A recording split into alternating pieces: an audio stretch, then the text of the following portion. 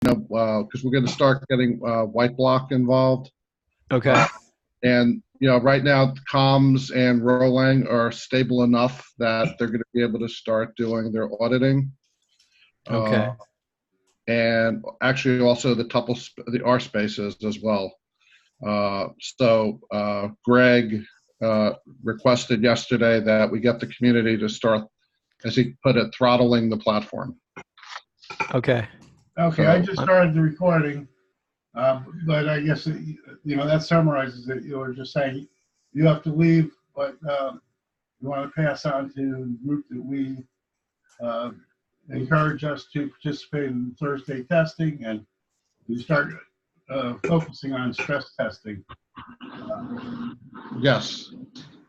As Greg said, throttle the system. So throttle the system. Yeah. Yeah. So we could kind of ramp up this week, and then maybe next week we could really try to get people engaged in that. Very good. And Raul will be have another week under his belt, and I'm sure he'll appreciate any support we could give him. Very good. Cool. All right, guys. All right. Thanks. I appreciate it. Yeah, you're welcome, Ned. Okay. Bye.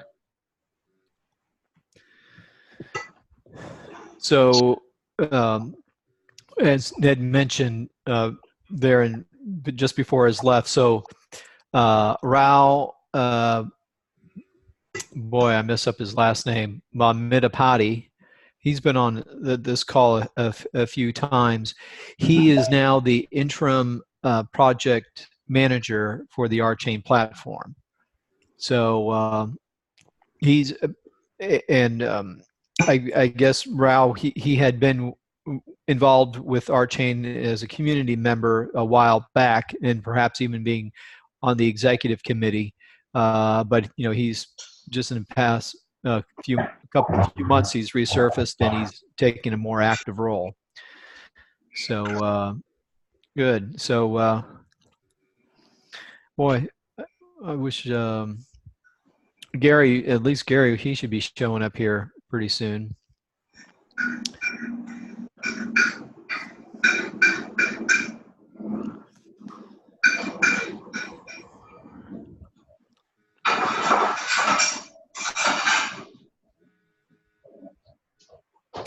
Well, it's 5 after. Maybe we'll wait another couple minutes or so.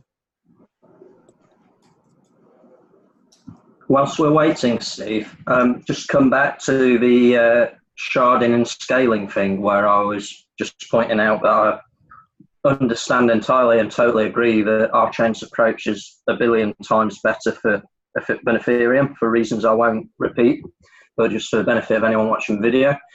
However, on the Bitcoin Cash scaling, the Coinbase article I read suggested that this was a temporary measure by Ethereum rather than permanent. And I was a bit confused because I'm still sort of just starting to learn about Serenity and what it really means. I know that they're hacking code together, and that is not the same as formally proving your code against Rolang. So we're way ahead, but I'm just wondering whether this is a permanent thing or a temporary thing. Well, I was just thinking, when I was reading the article, I read that as well, as this is temporary. And, I think, when it's the leader or organization or a political leader, they always say it's temporary. And in fact, it may be true and honest but whether temporary becomes a little bit more like the timeline gets extended and I can see how because how are they actually going to achieve this? Yeah. Where RChain has designed from the start to be able to implement a complex sharded consensus, formally proving what we're doing, so we at least know where we are, even if there are problems. Right. They seem to be hacking code, as far as I can see, and that remains true. And there's nothing so permanent as temporary. It's a phrase I've heard once or twice in my career. Oh, exactly. Yeah. So why don't we go ahead and get started, and then hopefully there'll be a few joining us as we go through. But I'll share my screen here and pull up the agenda, and we'll kind of review where everything is at. So, so here we are for the dApp Developer Working Group, and here's the agenda for today. Working group meeting for July 23rd.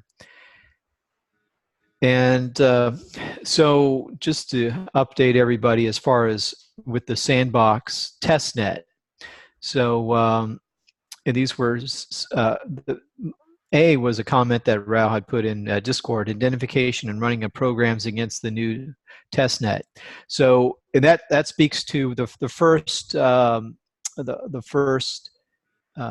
application we want to run is the bear with me here. Let me pull up another document so I can speak to that.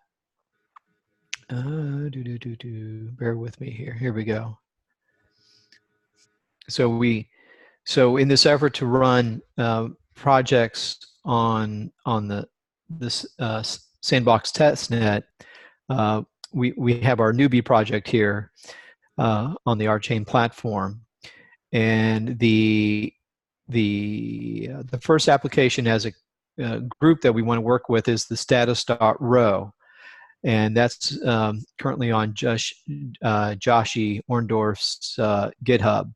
So we'll start working through that, the mechanics of row laying and all the mechanics of getting it onto the sandbox and start testing it that way. This. Yes, I can talk to this. Okay, regarding RChain community project, I will share my screen.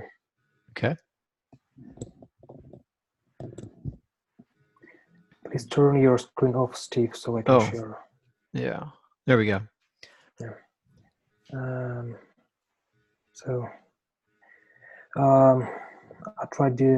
I was thinking about how to make this effort without a lot of resources, and ended up with this readme.io service. So it's kind of very handy tool to create guides, tutorials, API reference. I already talked about this. You can do the nice API reference and playground for API if you have JSON RESTful API. We now have gRPC API only, and this is not applicable, but if we will decide to do some kind of maybe toy API just to make the feel of what the platform can do, so this will be cool. And there's I've been reading a bunch of pages about how do I understand the overall dApp development. So actually this service can handle up to 10 developers. It can be, I can ask for a free tier for open source project, and I will do this so I can add 10 more admins. If there are developers who are working on their projects, they can contribute to this section. So do you want me to go more into details on how this works? Yeah, this is tremendous. We appreciate you putting in the time and effort to create this. So, and it looks, I mean, from the readability aspect, I mean, you did a great job as far as presentation goes. So good. Great. Okay, so I will publish it once I will get my plan upgraded, and I guess you'll see more. But right now, this is my effort. So then about Joshi's project. Yes. Okay, can you see this? Okay. Okay. Okay, I was working on RChain API by Dan Connolly and made some changes to Joshi's project. So it looks like, okay, I will show you. I will,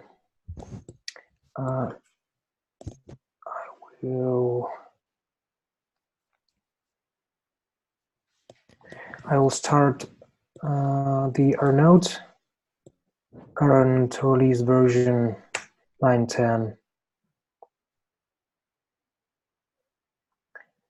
And I will start Joshi's application.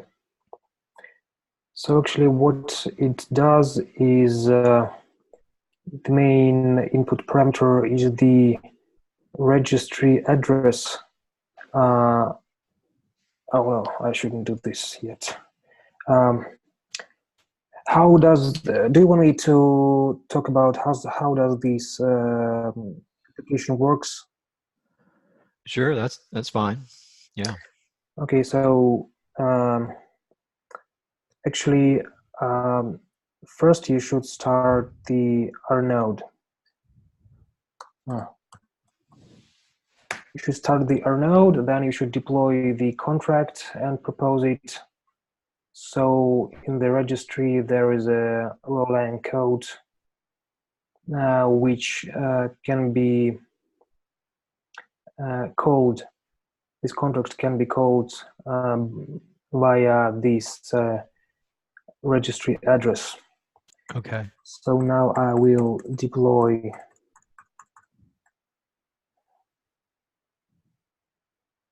the row line code that was written by Joshi. You can see this code. Okay. And I will make my node proposing this code. So good. Block is added. So now this contract should be in the registry. Okay.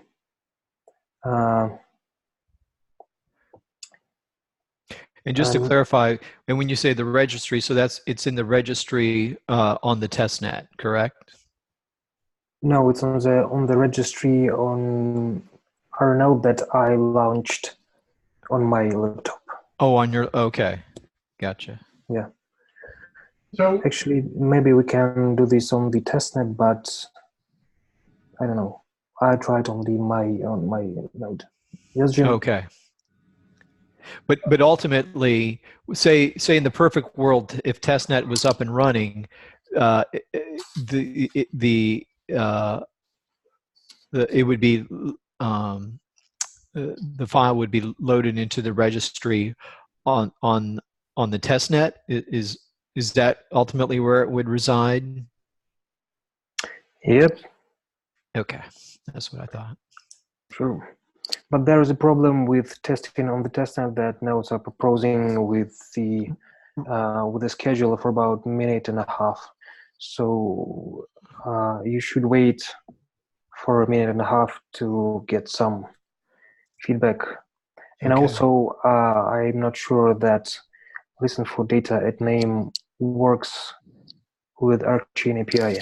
I don't know how to fix it yet. So I will continue with. I finished. Okay, so you have questions, Steve? Yes. Okay. Could you copy and paste that link to the readme.io site into our chat? I want to grab that and put that into our meeting notes. It's not published yet. It can be published only when I have a tier that is allowing me publishing. And I can have a tier only by paying $99 or by asking for a free tier for open source project. Okay. So in a sense, we are an open source project. So have you made that request to get a free tier? Yes. And what I guess it has to go through the channels. So I guess maybe in a week or so you'll find out if they'll approve it regarding under that criteria. I suppose. So Yeah. you're just waiting to hear back, right? Yeah. Okay. I think sooner. Okay. So, anything Yeah.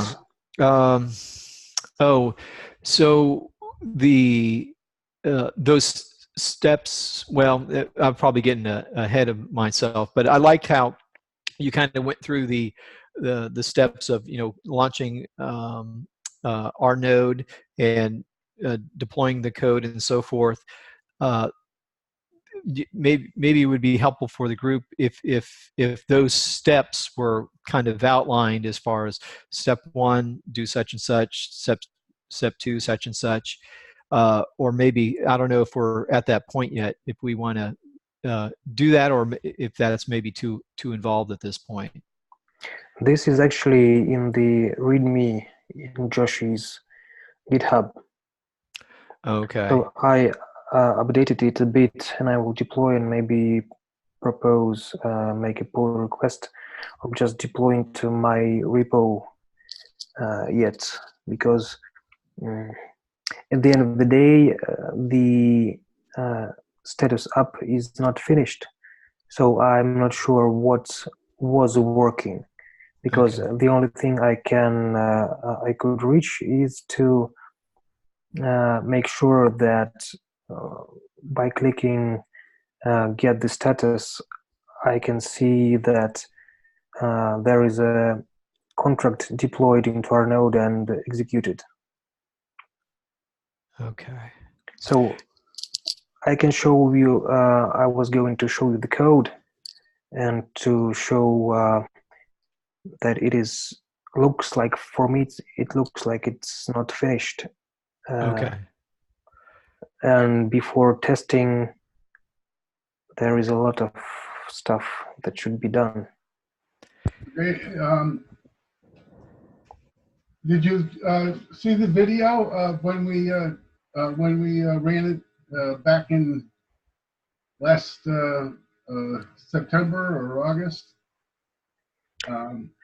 I guess so, but I don't remember. I don't remember, and I'm looking at the code, so I see that a lot of windows. Yeah, I mean, we at least demonstrated it to the point back then that a person could register and they could set a status, and you could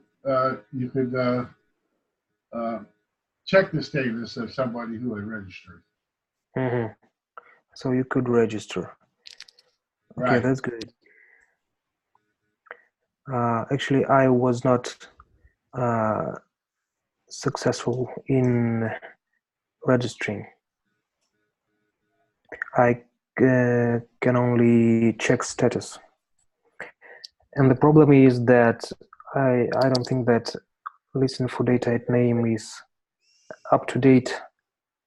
If you haven't registered, there's no way you can have a status. Yeah, I can see that my R node receiving the deploy with asking the status, but I can't get the status back because listen for data at name. I don't know if it is working. Have you, Jim, tried RChain API for robot? No, I haven't tried it yet. I mean, that was the problem originally, was the listen for data at name stopped working. So that's the. Did it stop working before Protobuf changed? I believe so. So first it stopped working, and then we had a lot of other changes. Yeah. Now I know Dan has gotten it. They have gotten it to work. Now I don't know if we can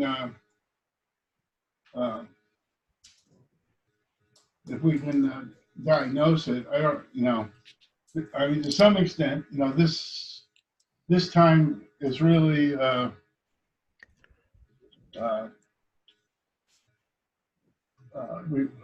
I guess we should probably plan on a work study time where we can really dig into the you know, try to debug this better and maybe get to, you know, um, uh, you know, document where we are sufficiently so that we can get help from Dan and or Joshi on getting it to work. Now, I don't know if Joshi has gotten stuff to work with the latest R node. I know Dan has. So if we can,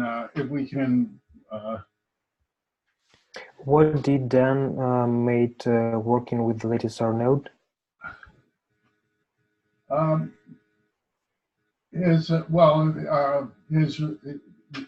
He got the wallet stuff he got working, payment. Is there code on GitHub or anywhere else?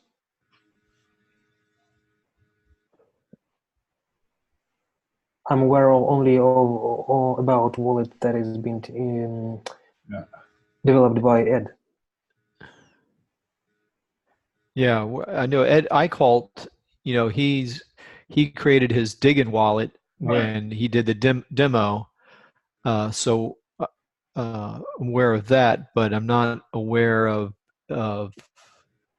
Dan Conley effort on making a wallet. It wasn't a wallet, but it, you know, it was a payment. A payment. Now I don't know where that is, but yeah. Okay. We can. So, my opinion on this is that actually there's no need for group sessions to try to make the code works, because you know you should have only 2 developers to make a pair programming, but this is not a big issue, big project to have 2 programmers working on the same code. So we just should open the code and try to make it work. The problem is we're trying to learn from each other, you know. So you know, you may be the only person here that has the skills right now, but if you worked with other people here, you could transfer some skills to the other people. And two heads are better than one. I mean, working together is not something that we're, you know, taught to do. You know, we're taught to work independently, and cooperative work is what a cooperative is about. And it's about what we're trying to do with RChain is develop protocols and ways where we can work together to do together what we could not do alone. I can argue with I can argue with you on that topic. Right. Well, you know, I mean, a lot of people say that, you know, anything of value has been done by one person. No, I'm not talking about this. I'm talking about that blockchain is being developed to automate peer-to-peer relations, so people won't have to discuss and argue with each other, and instead have the code. Yeah, point taken. Yeah. Well, yeah, but I think for our efforts, I'm always okay with telling about my findings, but if like I don't know how should we arrange these group meetings and go through the code. Well, you know, what you're doing is certainly in the right direction. You know, code review and you know, and going through the steps. You know, and then, you know, it's it's getting the breadcrumbs too. It's like Steve saying, well, where's the instructions on how to run this? What are the steps we're supposed to be following? How can we all be able to do this? So here let's kind of approach it this way. So for this hour of our dApp developer working group, it's discussing issues at hand. But I think that any type of code review, that can go on, that's in depth, and that can take some time. That I think is a separate session, and that session is dependent on availability of the person who's leading the code review, and then hopefully there's an audience there available. So I think what we are working towards is a code review session, and perhaps it can be one of the collab sessions that are currently scheduled during the week. We can assign a time for that and advertise it as, hey, we're doing code review on a particular topic, and based on the person leading the talk availability. So let's put that as a goal that we're working towards, and ultimately, this is we're all learning from each other. So it's that transfer of skill sets and knowledge. So so that's one of the things that we want to work towards. We're not there yet. We've got to figure out a plan on how to get there. So but let me let me share my screen, and we'll kind of go back to our agenda for today and see where we're at. So but let me put in the notes here that we're going to continue to work towards organizing a code review. And I think, is everyone in consensus that the first code review should be for status.ro? Is that what I'm hearing? That should be the first, that's the first effort. Am I correct with that? I think the issue comes down to listen for data at name. Okay, right. And I guess status is as good as anything for diagnosing that and seeing what the problem is. Either that or a robot. Okay. Listen for data, and so basically, here's my thoughts. Since listen for data at name, that's kind of the roadblock we're experiencing right now to start doing this dApp learning and instruction. If we start associating a particular feature with the appropriate ticket that's in Jira, and then hey Gary, and then also not only so we'll have the associated ticket associated with that feature, and then we'll watch it as well.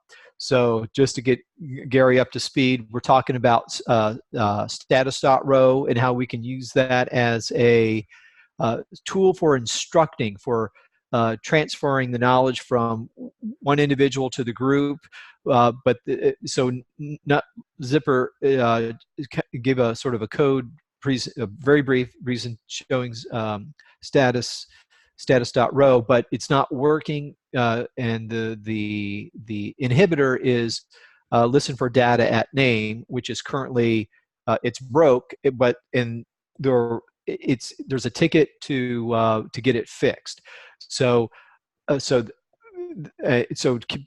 picking up on that thread of thought is we're going to, and this is kind of establishing our processes and procedures as a group going forward, because this is going to be an ongoing type of occurrence. Have a feature, it doesn't work. What's the associated ticket with that feature? and what's the status of the ticket, how's it getting resolved. So we're keying in now on listen for data at name, and this is a feature that has been talked about for the past several weeks. I'm going to get the ticket that's associated with that feature. I'll post it in Discord, so everyone can go to that ticket, and up in the upper right hand corner there's a little eyeball, and you can click it to watch. When you click it, so now you're watching that ticket, so we can all kind of monitor the status of that. And I don't have a time frame off the top of my head as far as where that is in getting fixed and resolved. But but one of the things that as a group we can do is we are important to the overall effort in RChain. So if we have a roadblock, so we have a collective force that we can say, hey, the dApp developer group is trying to do this. So this is me communicating to the RChain dApp developer team. The dApp developer working group is trying to do this. Our inhibitor is, for instance, in this case, listen at name. We want to give, if we can, move up to a higher priority. So we can have some influence as far as giving a little bit of direction and force to a particular feature or issue that's at hand that developer team is working on to kind of move that along. We don't know that we don't know that we have a blocker there. Ed and Dan have both succeeded in being able to listen at a name. Okay, well, I know it has been an issue, and if it's been clarified or if it's been resolved, I'm out of the loop on that. And that's another aspect, is when we have these blockers, getting everyone in our working group on the same page. Some may have information, others may not. We're not on the same page as far as what is happening with a particular feature. So I'm kind of not clear on it, and I need to get on the same page, get some clarity to that. So good. So we're figuring out how we're going to manage these types of things. So where was I here? Let me. So bear with me here. I'm going to share my screen again, and I'm taking notes for myself as far as follow-ups.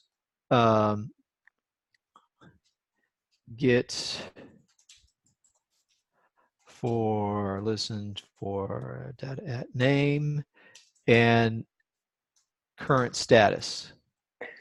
So Steve, where are you going to create the ticket in the official Atlassian? So there should be a ticket. If there's an issue, it should already be.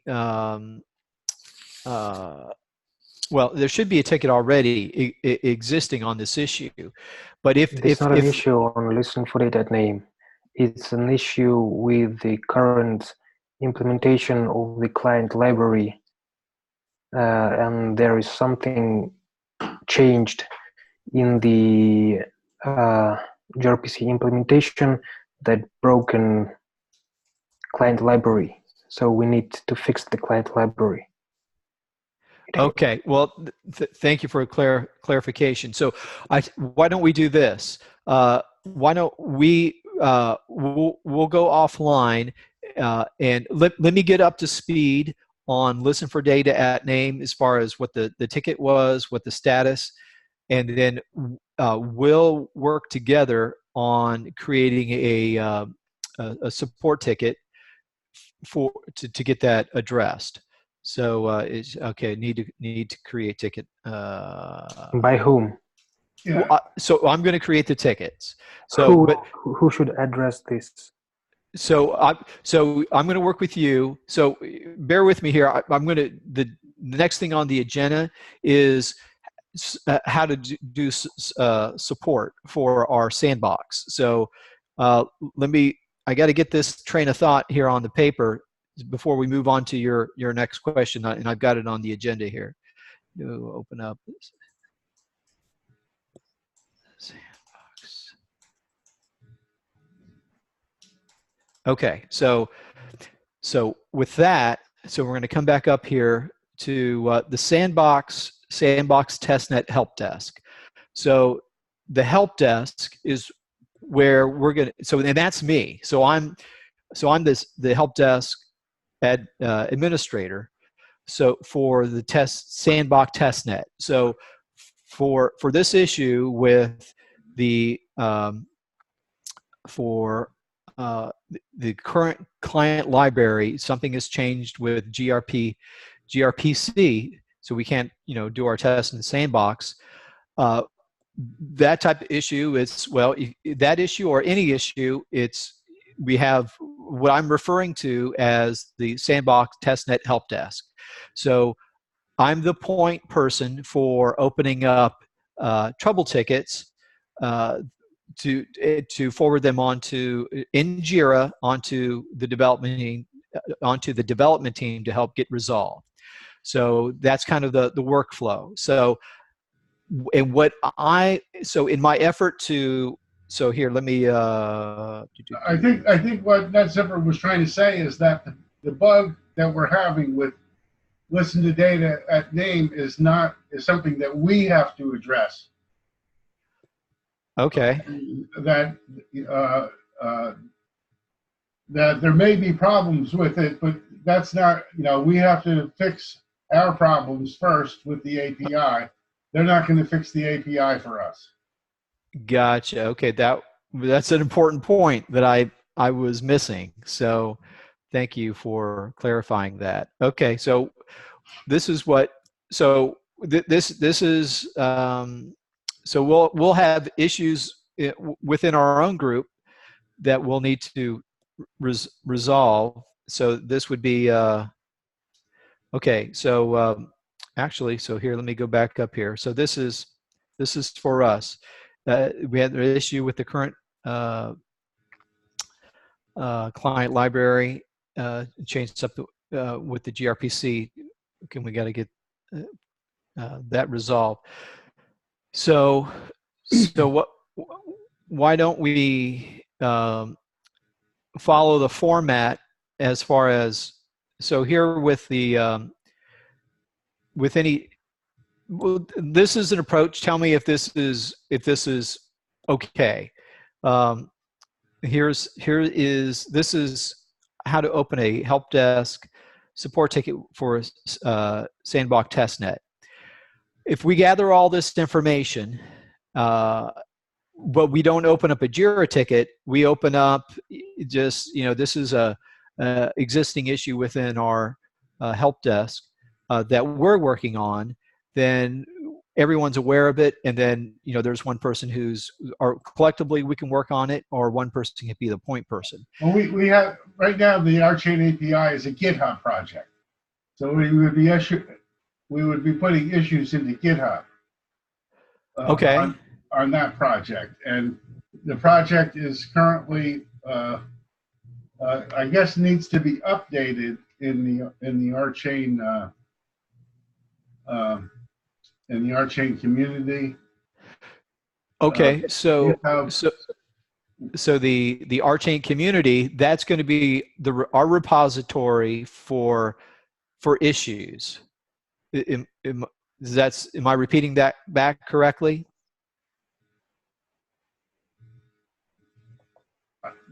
Yeah, I think so. I mean, that's that's where we're going to have the code for all our stuff. Is in the now I'm not GitHub. Okay, so I haven't opened up a ticket in GitHub. I'll have to familiarize myself with that, but that sounds like a perfect solution. We just we're working through all this. So GitHub. So it's going to be. Let me share my screen again. So bear with me here. I got some stuff in the way here.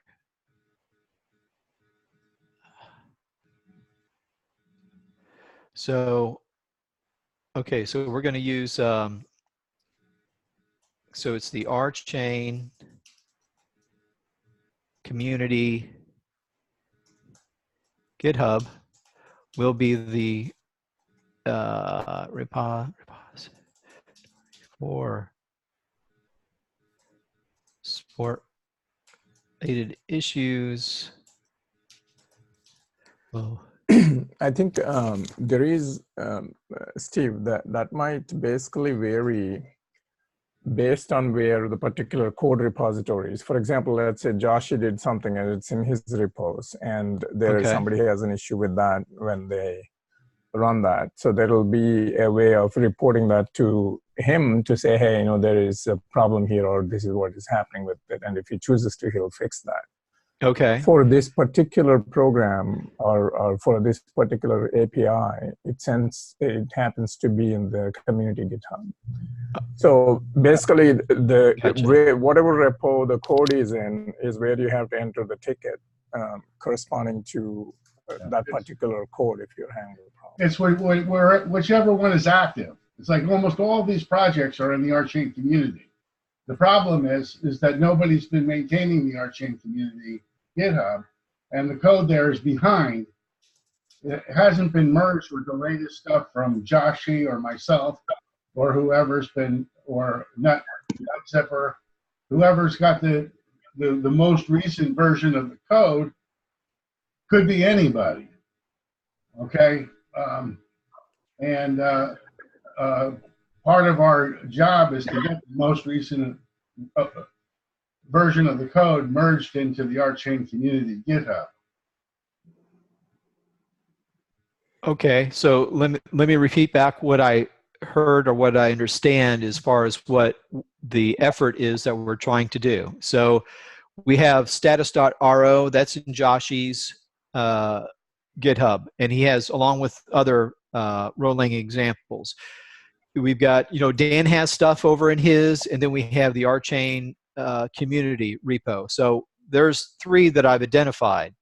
So in our effort to consolidate, if for instance with status.ro, that's over in Joshi's, the idea is to fork that, move it over to the RChain community repo, and have it reside there, and that's where we will work with that code.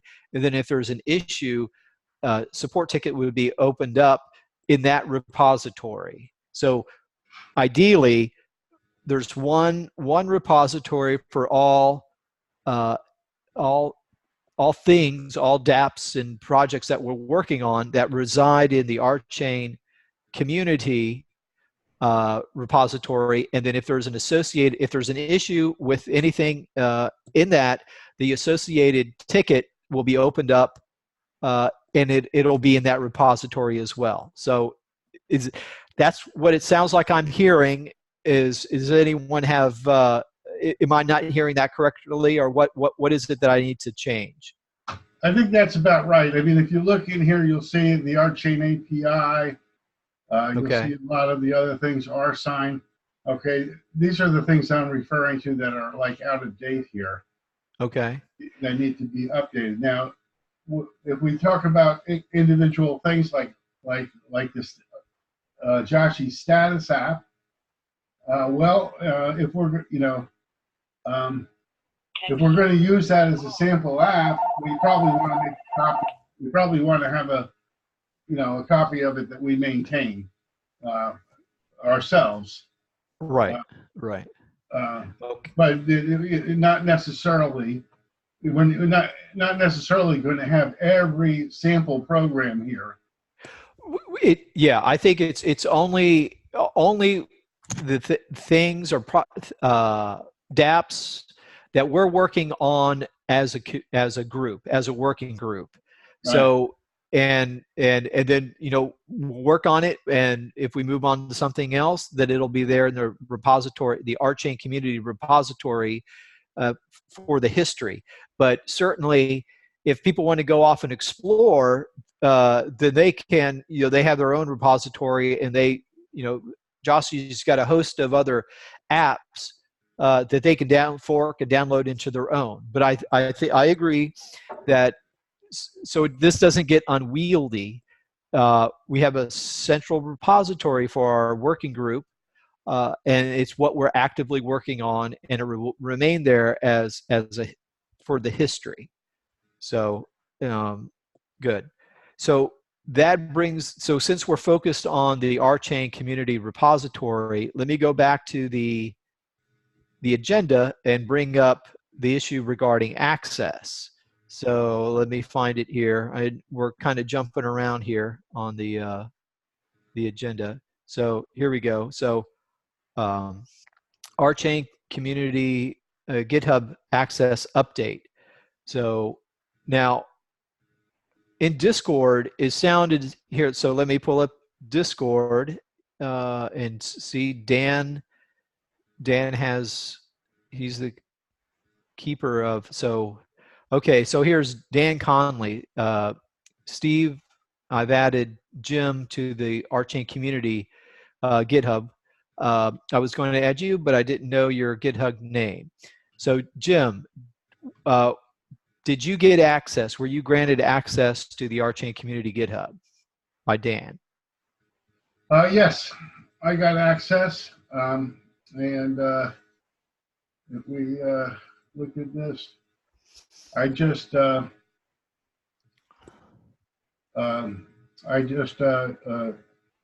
sending an invite to you to make you an owner. Okay, and these are two teams. I don't know what they are, but I'll make you members of those as well. All right.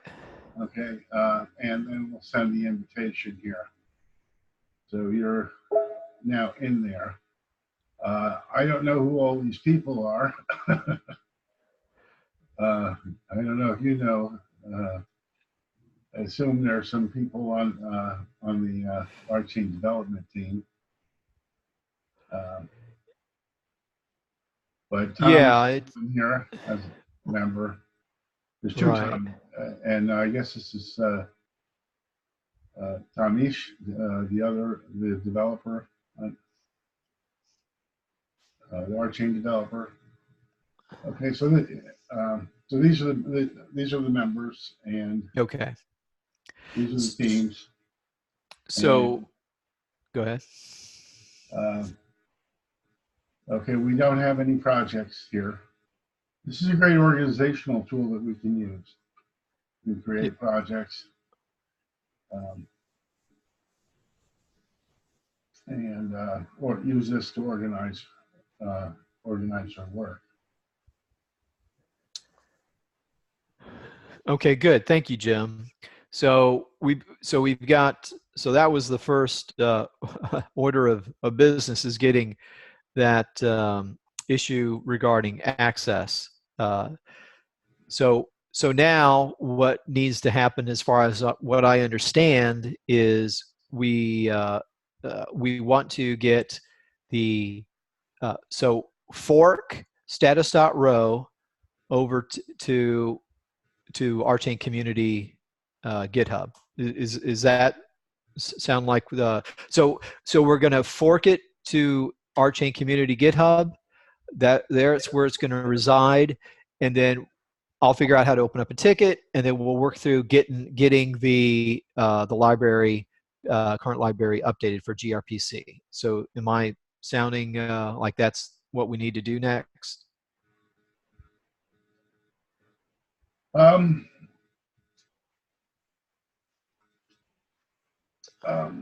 It's a good question. I mean, as of last week, NetZipper wasn't ready to commit any code to the new repository. Well, it's Joshy's status.ro is what we're. What was the question, Jim? I mean, well, I guess, NetZipper, are you working from? Did you fork status.ro and yes. that resides in your GitHub? Yes. Okay, so it should be, and then at one point, when do you feel comfortable that if we want to have a central repository for items that we're working on, uh, uh, when would you feel comfortable, or when would be a good time? I guess we would fork from your repository to the RChain community repository. Um, does that sound like the direction we want to go? And if so, when would we want to do that? I think first we should ask Joshi if he's okay with that. So basically, I was thinking that how should we fix all this stuff? So there is a code that was written by Joshi by Dan. So you should fork this code, fix it, and make a pull request, and make them accept.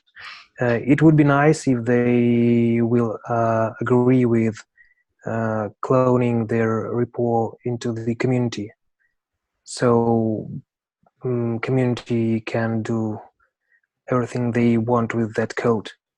But we should ask them first. Okay, Jim, does that sound like an approach? We're going to fork from Joshi's repo as opposed to NetZipper, and then once that's in the RChain community, then we're going to work on getting that updated. And bear with me, guys. All this, the pull request and getting everything to match up. I'm not there yet as far as how GitHub works. I'm a step or two behind on that, but I'll figure it out once I've done it once or twice. So, but I'm kind of describing what needs to be done in my terms, not the official GitHub terms, words.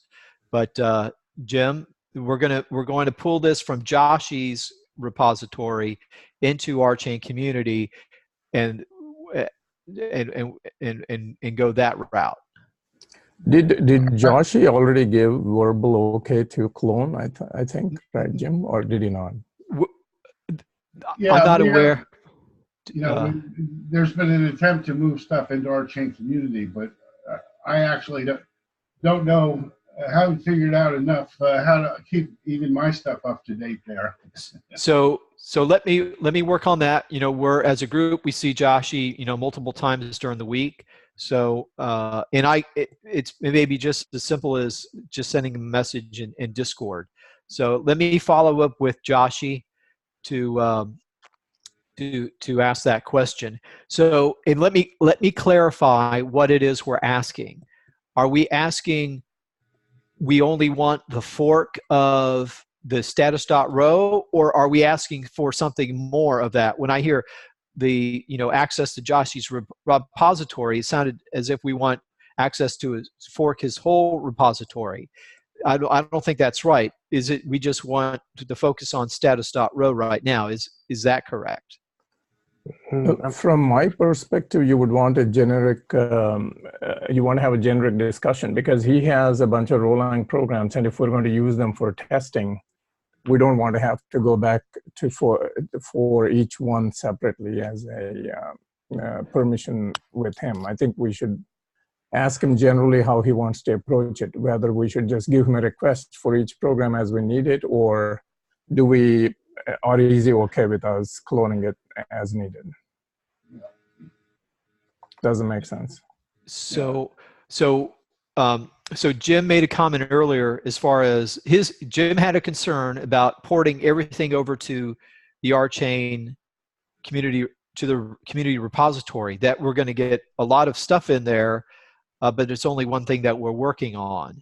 So that's one approach. The other approach is to ask Joshi, verbally say, hey, when as needed, if as we start, as the working group starts to work on particular dApps, can we just go ahead and move those over one by one as we need, so that right now, so we would just have status.row for now that we're working on, and then in the future, as we move on to the next second one and the third one, since we've already had a general approval, we could just move those over at the time. So those are the two approaches. Yeah, I suppose for things that you're actually trying to work on and improve, maybe you want to only bring whenever you realize that you want to improve something. But in terms of running his programs in the test net, we may be able to directly point to his repository and say, okay, run this contract after this contract after this contract in the sandbox, and that might be sufficient, I guess. Yeah, I think Well, it's not important where we get the test programs from, really. What's important is that the RChain API gets updated in the RChain community. So we have this repository here, which I assume this is where NetZipper checked it out from. So once, and then we have, so we have this version of it. We have Dan's, which I guess is pretty much the same thing as this. And now we have NetZipper's version of it, which is up to date, which is the new one. And at some point that needs to be, I guess he'll make a pull request to put this back here. And then I guess since he's in here, he'll be able to merge the pull request himself, I think. Okay, so I don't know how this works. Okay, he's in the RChain community. He's not listed under this project.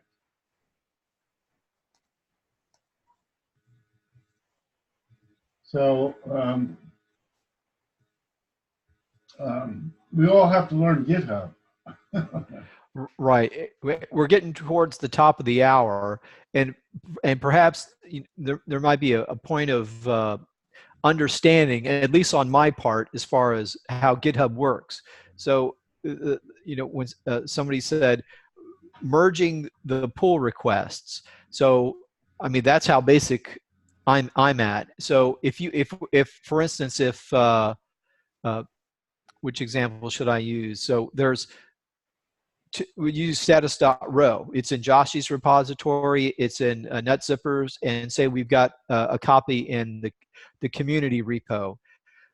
By doing a merged pull request, does that somehow make all three of those instances of status.row the same? What exactly happens when there's a pull request and merging? Is anyone familiar enough with GitHub as far as what's the mechanism going on behind the scenes? It's merging. It's merging the updates in one. Now here's NetZipper's updates here. So when he makes a pull request back to the RChain community, that'll create a new. When he merges that request, it'll create a new version of the code that incorporates all the changes that he made in with the main code branch. That's kind of what I thought it was happening, but I'm glad I wanted someone else to say it. So if NetZipper has a copy of the RChain API in his repository and he updates it, and now NetZipper's version is working and the community's is not, when he merges the pull request, then the communities will get those updates, and then the community's version of the RChain API will work as well. Right. Okay, that makes sense. Okay, so for a matter of efficiency, as far as, so everyone is just, I think, knows where, from what everything comes out of one pool of source. So we talked about having where deploys will come from on the sandbox. So sandbox is up and running, and we're submitting deploys. My thought, and this is open for discussion, that those deploys from GitHub ideally would come from the community GitHub, provided everything is merged and everything is working. So if something's on Joshi, something's on Dan, something's on NutZippers, but the appropriate merge and pull requests have been done so that ideally RChain community has the current version. My thought that those deploys onto the sandbox would come from the RChain community repository. I think that's the ideal, especially for the things that have been around a while. If we all of a sudden we want to test some guy from Slovenia's code once, Yeah. if we incorporate that into our regular test suite, well, then we want control over it. We don't want. Yeah, and I understand that there may be an added level of effort in order to make that happen, but I think that added level of effort of coordination will go a long way to make things, to simplify everything as far as a working group.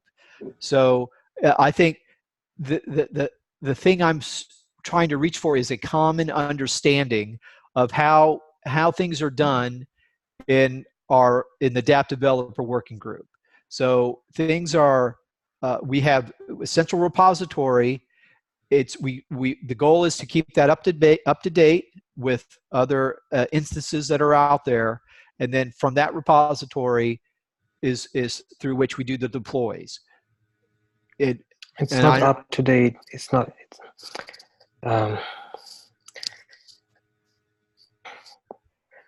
If thing is broken, everybody can fix it. Everybody. So you can just ask some developer, can I fix it? He will clone the repo. He will fix it, and he will make a pull request.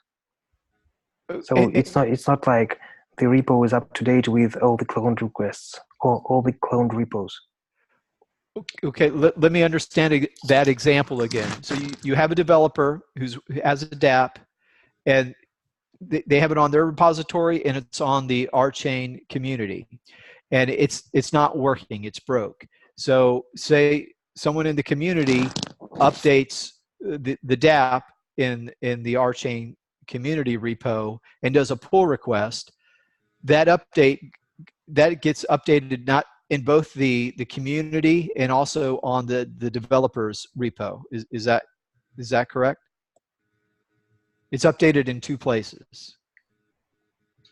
I think it's only updated in the community.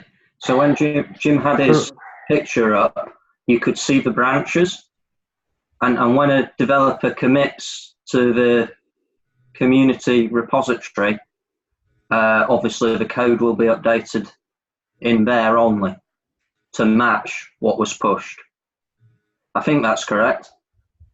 Okay, and I understand we're okay. Thanks, Rao. Rao has to go.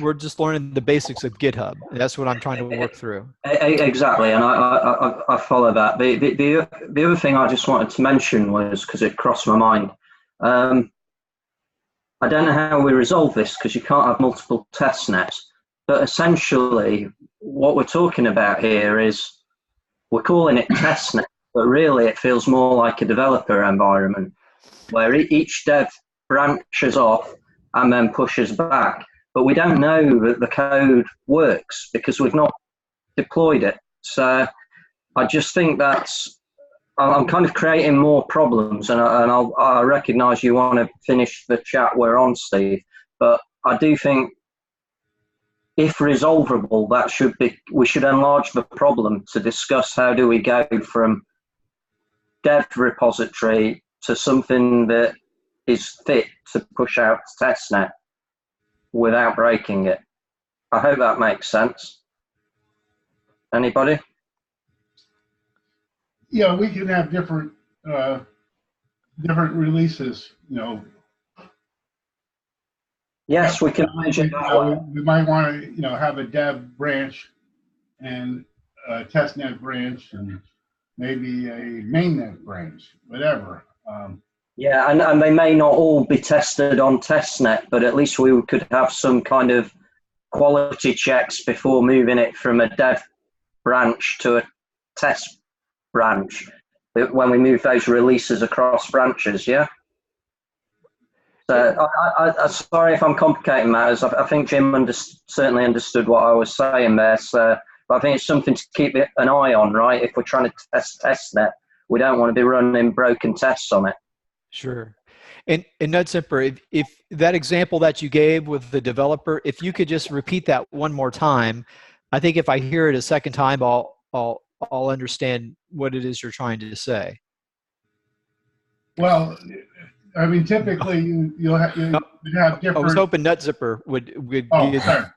Yeah, go ahead, NudZipper. So the problem is there is a code which is written by various people. Okay. Node software evolved, and that code already doesn't work. That people, Joshi, Dan, aren't going to update that code. Right. So anyone can clone their repo, spin up a branch, fix this, and make a pull request to their repos. So it doesn't matter actually where this code resides. In their repos, in my repos, in RChain community repos, it's only a matter that there is somewhere there is code that works. Oh, what I need to understand is what happens when something's on Dan or Jossie's, it gets ported over to the community, and then we do a pull request. What's happening when we make that pull request? I guess that's what I need to understand.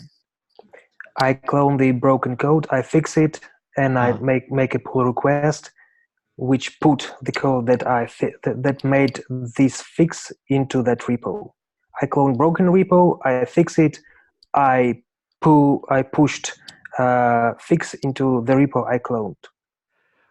Oh, okay. So now the fix is only in the community repo, but it doesn't exist in Joshi or Dan's. Is that correct?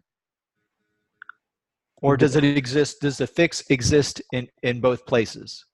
I can make a pull request into Joshi's or Dan's repo.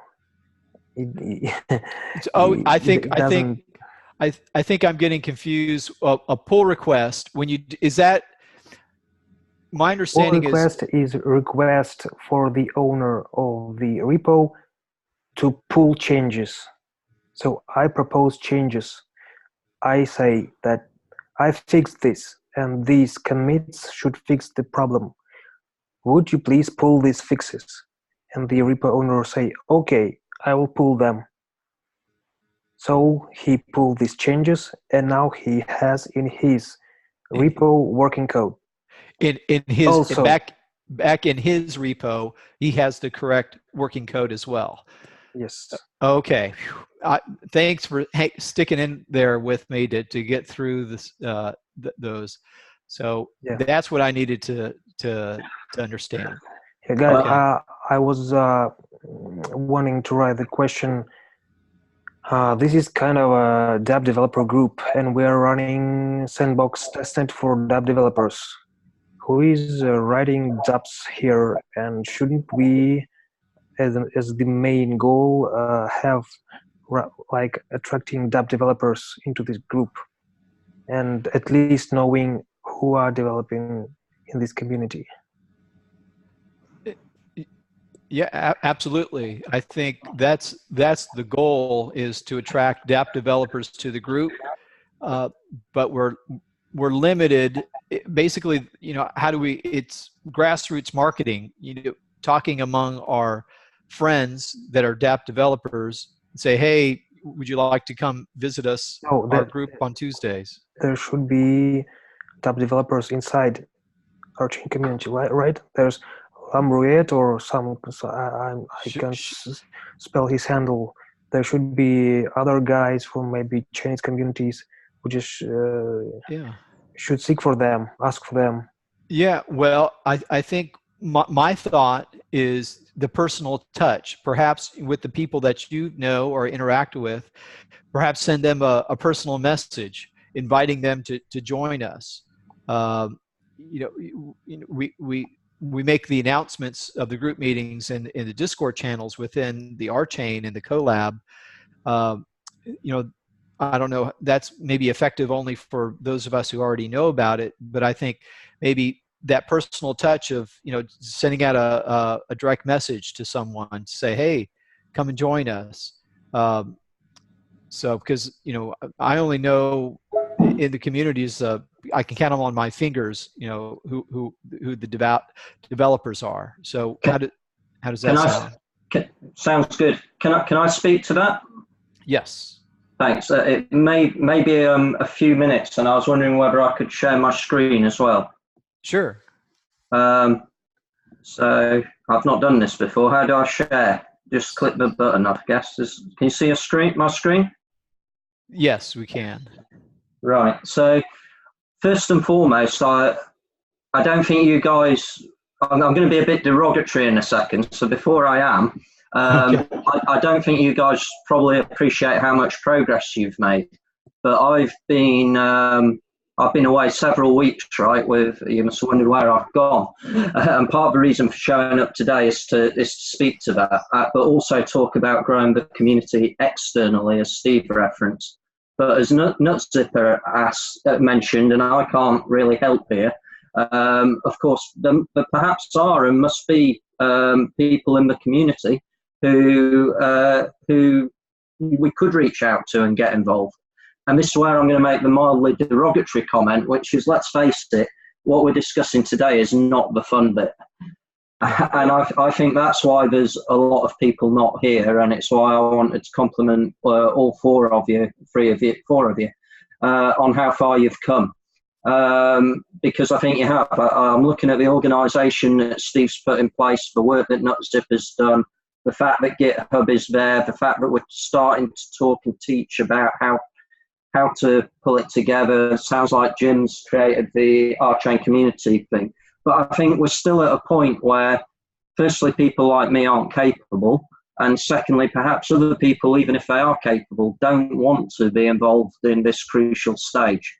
So all I would say before I give my update and talk about externally is, well done, guys. And I think the progress is coming. It's bitty, and it's almost like, have we got anywhere further? But you have, and kudos to Steve for giving some structure to today.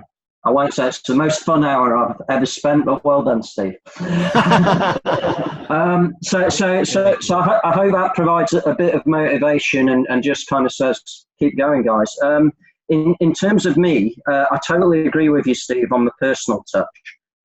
So the reason I'm here today is to give a 5-minute update, because I'm still trying to get a job in London, and because I can't, because of the climate, I've gone to some hackathons, some fintech weeks. It's what you can see on the screen. And as a result of that, I've met a load of Ethereum developers.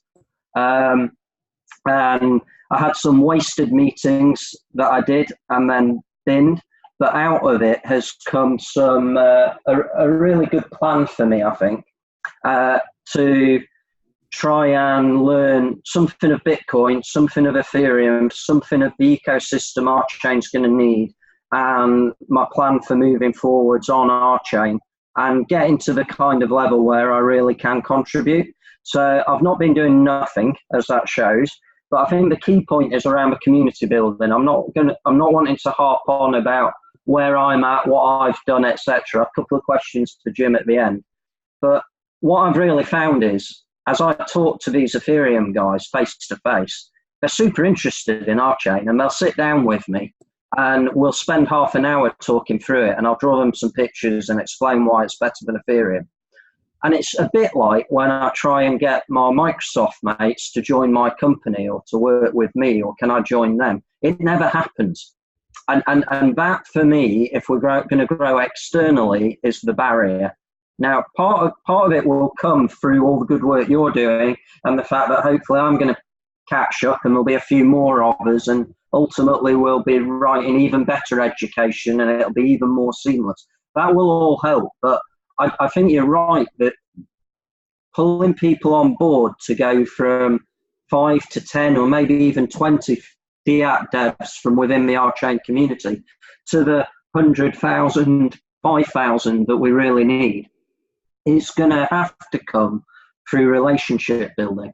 And that it's not my only motivation for learning Ethereum. Part of it is to understand what you guys and Ed in particular are on about, and to realize that we need equivalents of MetaMask, web wallets, etc.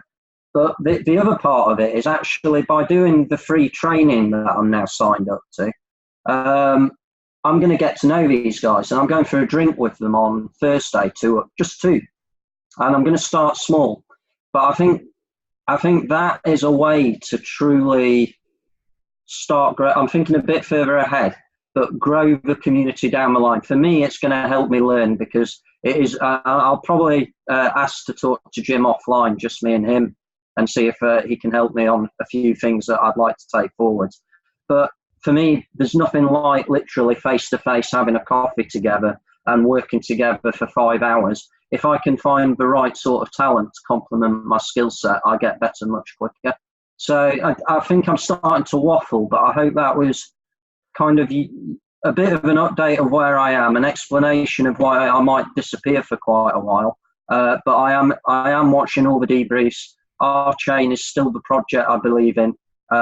It's I've bought the books to be able to look at the code that implements our nodes and things in due course. I'm miles away, and I'm still coming from the mass perspective. So RChain's my baby, not Ethereum. But that's why I'm probably going to drop out and not appear very much.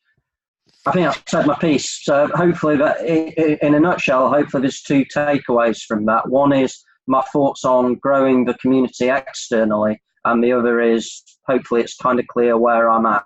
And thirdly, if I learn some Ethereum, I might be able to get a job in blockchain next year, which can only help. So thanks for listening, guys. Yeah, well, yeah, thank you, Rich. And at that document that you had on the screen, that I was kind of looking at that as a template. I know it was custom for you, but there were certain things on there that I thought we could pull from that would be beneficial to, at least for me and for maybe others in the group.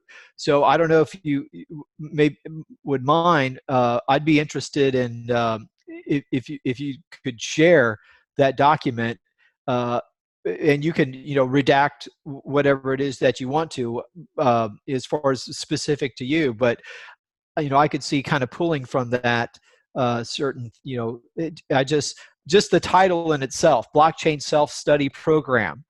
That it's when it comes to giving structure and organization, even in one's mind, this is, someone has to be motivated in order to learn all this stuff. And if we can help provide them a sense of direction or a path, I guess that's what I'm looking for, a pathway.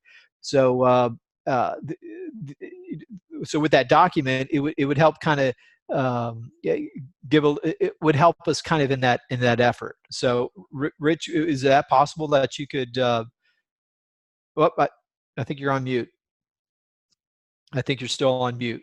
Can't hear you. You're on mute. Apologies. Do I just drop them in the chat? So is it in Google? No, it's just on my desktop at the moment. We can give it a try. This will be the first time that I think it worked earlier, so that's okay. That's one, and then a Microsoft Word document's okay, or are you better with JPEGs?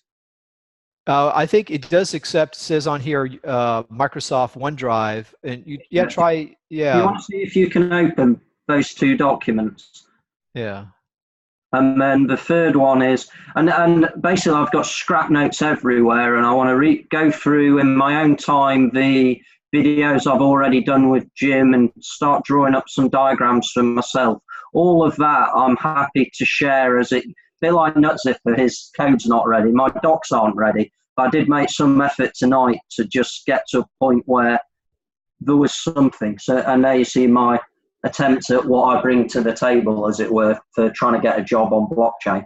So, well, Rich, you're in your situation is very advantageous to us as a group, because you're actively, so I'm going on the journey. We want to bring others on. You're on the, exactly. Yeah. Well said. You're on the journey that we're trying to put people on that journey and give them, let them be able to see that roadway, that it's just not looking at a forest, but they see a road, and you're creating the road with your journey with these documents. So yeah, and to be honest, that's what I think I bring. I think I'm going to need some help. Like I've met with Momichov I think I've got his name wrong actually, but Kirill in London on Saturday, and he's brilliant, and I think our skill sets complement each other. And he demonstrated getting I think Jim recommended DigitalOcean to him. He demonstrated getting up a Linux session and installing RNode, and then running an RNode. And then I touched Linux for the first time since 2004, wrote in tmux, and suddenly we were sharing a session talking to RNodes. Now that for me was brilliant. I was like, wow, I'm proper programming again. Of course I wasn't, Momchilov was. But I've got the math side, and he wants to learn more about Rolang. So I'm going to try and build a little community in London, mostly to help myself. Thanks to Jim for the teaming link, which he dropped into general after I made a comment. Because one thing I've struggled with is committing to people. You know, I'm used to having a boss and working on deadlines. And when I say I'm going to do something, I have to do it.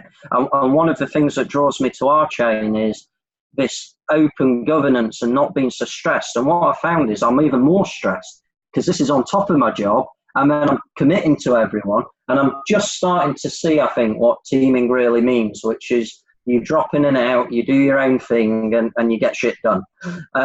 So I really am loving it. I am committed, and I think the way I can help best is to upskill myself, try and slowly but surely through building relationships, perhaps bring along developers that are better than me, but who knows when that'll be. It'll be when the timing's right. And also contribute documentation as I go, including the documents just dropped. So I think if you don't see me for a while, it's not that I'm not still around. I'm on Discord, but I'll be working away as time allows. And when I have something useful, I'll turn up and drop in some documents and give you an update and see how things are going. Is that okay? Yeah, that sounds great. Very cool. Good. So Jim, I'll talk to you separately on Discord maybe about a work session in the next few weeks when I can find time. Is that okay? Sure. Awesome. Thank you, mate. Brilliant. Thanks, guys. Thanks for listening. Yep. Thank you, Rich. You have a great day. Yeah, I will. I'll thank you very much. It's getting a bit late here. Great work, Note Zipper, as well. Thank you very much, guys. Bye.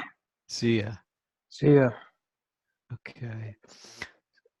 So yeah, NutZipper, did you have any other thoughts as far as bringing developers to our working group? Yes, actually, I was thinking about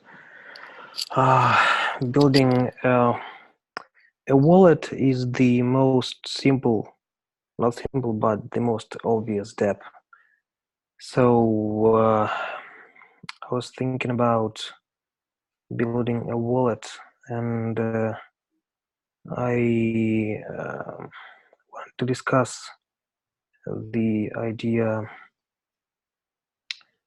Actually, ideally, I want to have developers on call which can criticize or maybe help in developing a wallet, because I think that the best way to do this is to add blockchain to Trust Wallet core, and then to build a Flutter application that is cross-platform, build UI with Flutter, make all calls to the actual submitting a transaction, signing, and all that blockchain stuff through the Trust Wallet core. So we can actually later submit this application for adding a blockchain to the Trust Wallet and have it on the Trust Wallet. So we have an exposure and user base and so on. Now, Trust Wallet, is that, correct me if I'm wrong, is that an existing wallet that's already out there? Yes, this is a poor. Sorry, guys. Yeah, this is a wallet that has been acquired by Binance. Okay, so and maybe you were the one who introduced me to what the Trust Wallet was a while back, because I remember someone mentioned it and I went and looked it up. So what would be, if we were to go down the path of working on the Trust Wallet so let me repeat what I think I heard. We would create our own wallet for RChain as part of the core platform based on the Trust Wallet. So it would be part of RChain. Does that sound correct? Sort of. Sort of. Okay. Well, yeah. Help me out again. You maybe repeat the part that I didn't get. Actually, my intention is we need a wallet. Okay. And what's the good way to build a wallet? There is a kind of a emerging standard for a wallet that is acquired by Binance, Trust Wallet. And okay.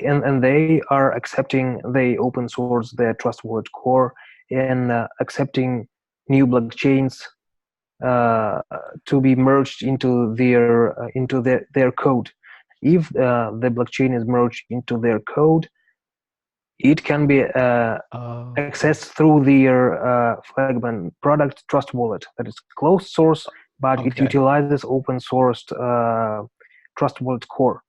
And the main goal of Trust Wallet core is to provide all the routines that are connected with signing, sending transaction, and so on. So it should be kind of secure and well designed. So all this blockchain stuff can be realized with Trust Wallet core, and we only should build a UI using some kind of cross-platform techniques and use this Trust Wallet core for blockchain stuff. Okay. So we get wallet and we get potential exposure with the Trust Wallet. Thank you. That was I needed it explained twice to me to get it, and I think I got it now. So okay, and I think that's a tremendous idea. Okay, good. So you've got Trust Wallet. So to help to move us along that path, what would be the next step or the steps we would need to take in order to kind of work in that direction? We need C++ devs. So I tried to add a blockchain. It looks like there is no, not really hard, but it's better to have a C++ coder to work on this. Okay.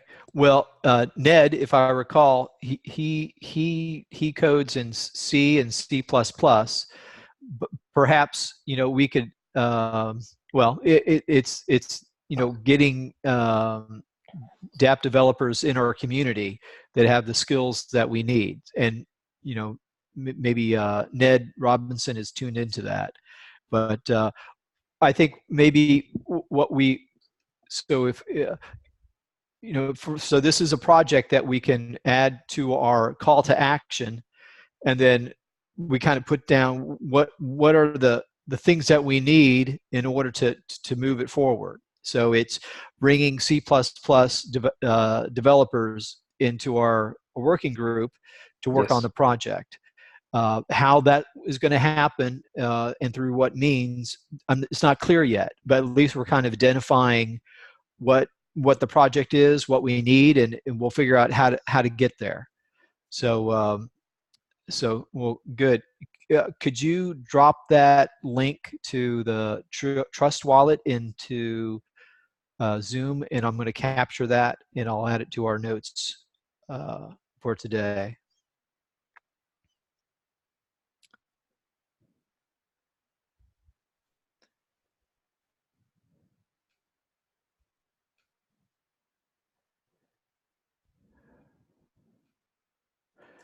And so and let me make some notes here on the there we go. Thank you. Jim, you're on mute. So, the other path here is the development of the RChain. So we have this browser extension. You're familiar with that, NetZipper? Yeah, I've seen it in the damned repo. Okay, I don't know, if we added some wallet functionality to that, sort of like the MetaMask. Yeah. That would be nice to have. That would be nice to have. Now, I don't know if we could, there was talk at one time about adding RChain support to MetaMask itself, and there was some interest in that. I don't know what happened to that, but that would be another thing, which I don't know what it would take. I mean, it would seem to me that enhancements to the RChain probably be the easiest thing for us to work on. Jim, let me ask some basic questions so I understand. So it sounds like I'm hearing RChain is the RChain wallet. Is that correct? No, this is just a signing app that was developed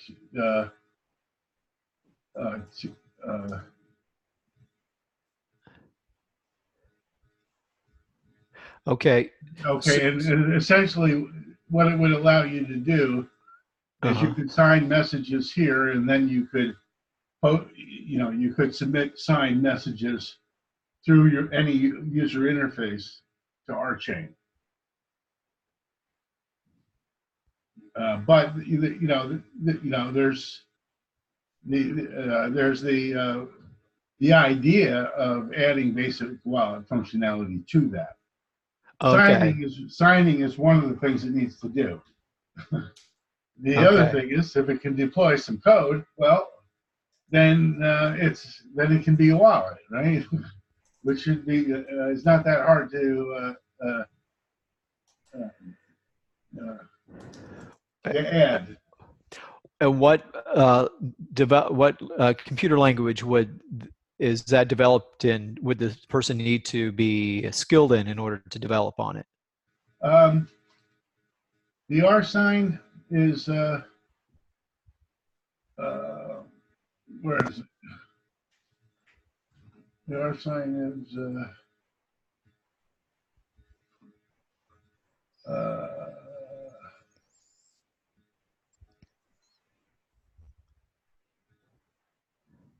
I think JavaScript, right? RChain.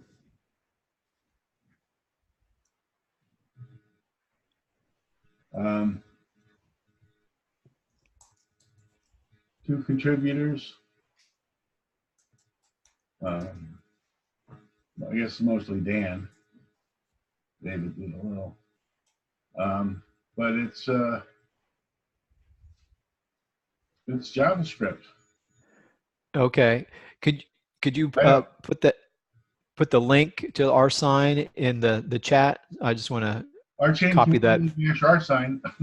Oh, it's I'm probably already there. So let me just put in this other link first. Yeah. That's the wallet core, and I'll put this one. RChain, there it is. I see it. Yeah, I put it in the chat. Okay. Okay, thank So, you. I mean, this, so the wallet clearly is a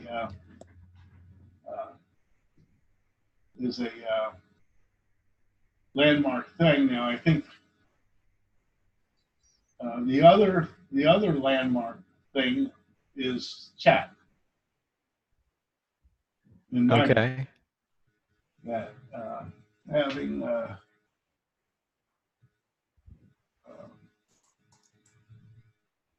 basic peer-to-peer communication, I think, is a biggie. And now having patterns and standards for how we talk to each other, how we share capabilities. Sure.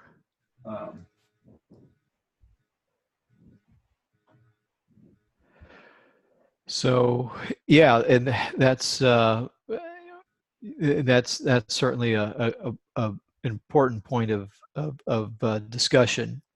So, but let me just, I know we're coming up here on an hour and a half. Let me just kind of, maybe we'll wrap it up here. And let me just share my screen real quick and just say that,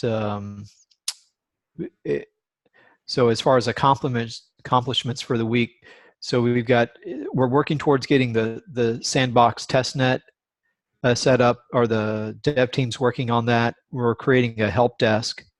I'll be the admin for that. And then we have processes for opening up support tickets for the sandbox, but then we'll have our own issues that we'll work on, which will reside in the RChain community GitHub. And then great job, NetZipper, on with your readme.io work. That's great. And then next week we can get an update on Robot and Keybase. And I think now there's a lot going on, so we'll have to certainly, prioritizing becomes more a challenge. But that's the fun of all of growth, is lots of activity and figuring out where we need to be focusing our attention. So good. Does anybody else here? Let me stop sharing my screen here. Anyone else have any other thoughts or comments? Anything that we should discuss or go over that we haven't? Or go ahead. I wonder, Steve, if you have reached out Phil Strouch, or how does it spell? Oh yeah, actually, yeah, Philip. So apparently, Philip worked for Ethereum in the capacity of doing stress tests. So he has all these games and apps. I have not reached out to him, and that was actually something that actually Rao.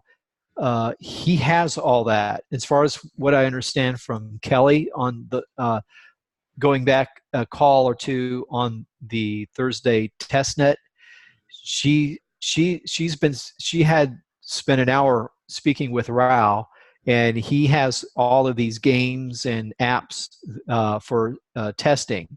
So I'll follow up with Rao to see if in fact that's true. But I think, how do we want to manage if these games and apps? Do we want to? So apparently they're in Solidity, and they need to be written, if they're smart contracts, they need to be written in Rolang. But where should they reside? So say if we have this treasure trove of Ethereum apps written in Solidity, I don't know how many there are, but do we want those to reside in the RChain community repository? Well, where are the ones that Peter has done so far? I mean, we probably want to do it in the same place. I mean, we don't have to, but I think we want to first see where they are now.